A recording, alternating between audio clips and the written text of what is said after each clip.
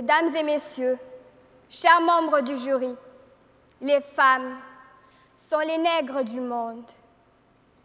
Connaissez-vous l'histoire de Fatouma, une jeune malgache de 26 ans, retrouvée le visage boursouflé et les cheveux ébouriffés à la sortie de l'aéroport d'Ivat, l'aéroport international d'Antananarive, ou celle d'Orazan Amis, 23 ans, qui, après avoir vu une émission à la télévision vantant l'Eldorado dans les pays du Golfe, décide de partir.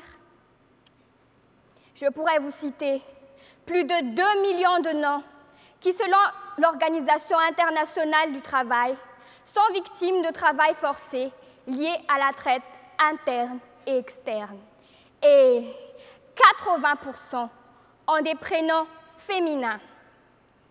La traite des personnes a connu une très forte croissance durant les dernières années. L'esclavage a été aboli dans tous les pays depuis les années 1980, en théorie. Néanmoins, en pratique, l'esclavage est toujours présent sous de nouvelles formes et s'est adapté au nouveau visage de la société.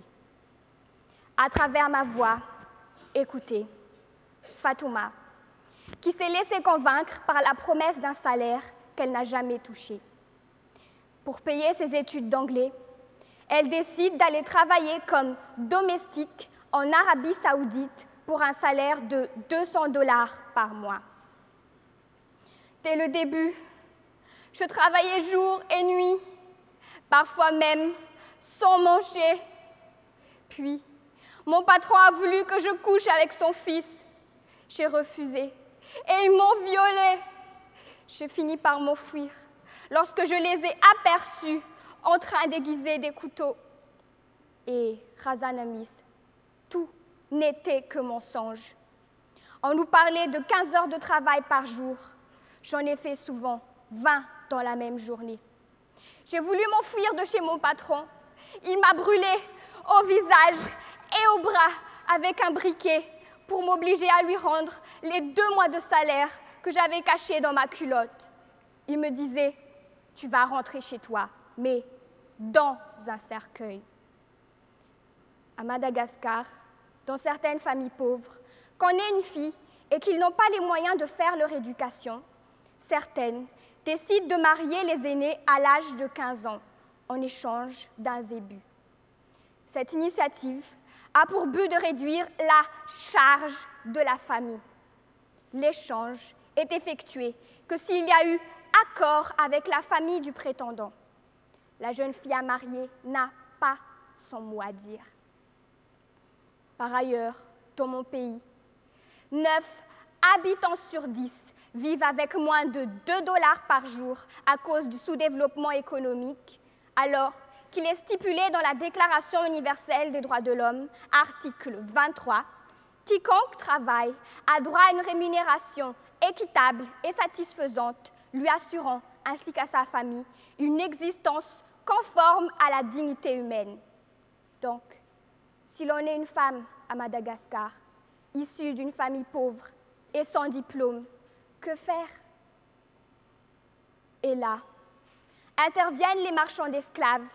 Ils utilisent la télévision et ces jeunes filles vont alors s'inscrire dans ces agences volontairement ou influencées par leur propre famille.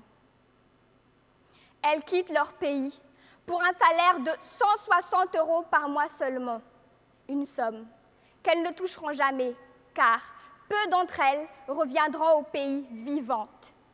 Cette somme, qui vous semble dérisoire, est cependant 6 fois supérieure au salaire minimum à Madagascar. Ces marchands d'esclaves modernes profitent de la situation économique, de la situation politique instable. Ils opèrent par le biais d'agences de placement destinées à aider les femmes à trouver du travail. Selon un rapport des Nations Unies, 4000 femmes malgaches sont actuellement esclaves au Proche et au Moyen-Orient. Via des agences de placement, de très jeunes femmes sont vendues au Liban, au Koweït et dans les Émirats. Ces agences reçoivent une somme exorbitantes de 1 500 à 2 700 € pour chaque femme envoyée de la part des clients avec lesquels elles ont un contrat. Parties pleines d'espoir, arrivées à destination, elles sont souvent victimes de viols, d'abus psychologiques, de tortures physiques, de séquestration, de confiscation de papiers et de plus, ne sont pas payées. Toutes croient qu'à l'extérieur de Madagascar, c'est l'Eldorado. Et pourtant, en partant dans ces pays étrangers, l'État ne leur fournit aucune protection car elles perdent leurs droits, leurs papiers, leur identité.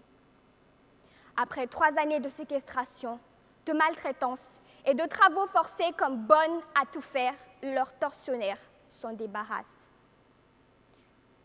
Alors, pour Fatouma, après 2 années et 8 mois à gérer 3 enfants en bas âge, à dormir 3 heures par nuit à même le sol, à se nourrir des restes de la famille, à subir les viols du père et les violences de son épouse jalouse, elle finit par rentrer au pays.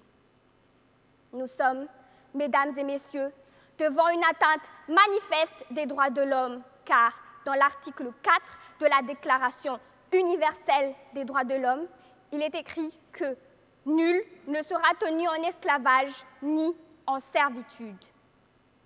Femmes devenues esclaves, les familles sans nouvelles se mobilisent. Elles demandent leur rapatriement auprès de ces agences, mais celles-ci refusent, car cela leur coûterait trop d'argent. Cela est une nouvelle atteinte aux droits de l'homme, car dans l'article 13 de ce texte ratifié par Madagascar, il est écrit que toute personne a le droit de quitter tout pays, y compris le sien, et de retourner dans son pays. Lorsqu'elles se tournent vers les autorités du pays d'accueil, elles sont souvent obligées de retourner travailler pour les employeurs qui les maltraitaient ou de travailler contre leur volonté pour de nouvelles familles. La plupart meurent là-bas et leur corps est jeté à la mer. Rares sont celles qui ont les moyens de se payer un billet de retour. Les employés de l'aéroport d'Ivat voient souvent des Fatoumas au visage boursouflé. Et la situation de ces femmes devient donc banale, sans aucun intérêt. La plupart échouent à l'hôpital psychiatrique d'Antananarivo. Les victimes ont aujourd'hui plus conscience que jamais de leur condition d'esclaves, mais constatent avec désespoir que le public reste insensible à leur douleur, mal informé ou préférant tourner la tête.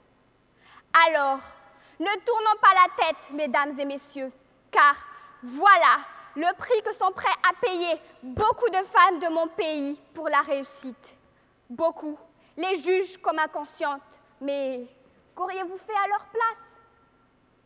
Je vous demande, au nom de ces femmes, de faire pression sur l'État malgache pour qu'il respecte les textes internationaux qu'il a signés, qu'il amende la loi pour prévoir des peines plus sévères contre le travail forcé, qu'il mette fin à ces agences de placement pour que le trafic de femmes soit aboli, que l'État malgache sensibilise le monde pour que cet acte soit considéré comme un crime contre l'humanité. J'en appelle maintenant aux jeunes filles qui aujourd'hui se poseraient la question d'un départ, de bien se renseigner sur les dangers de travailler sans protection dans des pays étrangers. Et là serait ma victoire si l'une d'entre elles changeait d'avis après cette plaidoirie. Mesdames et messieurs les jurés, les femmes ont été considérées depuis la nuit des temps comme étant inférieures à l'homme. On a négligé leur éducation. Elles attendent parfois encore le droit de vote. Elles sont, dans certains lieux, considérées comme de la marchandise. Elles sont les plus soumises à l'exploitation. Alors, ensemble, unissons-nous pour changer les mentalités. Ensemble, pour le respect des droits des femmes.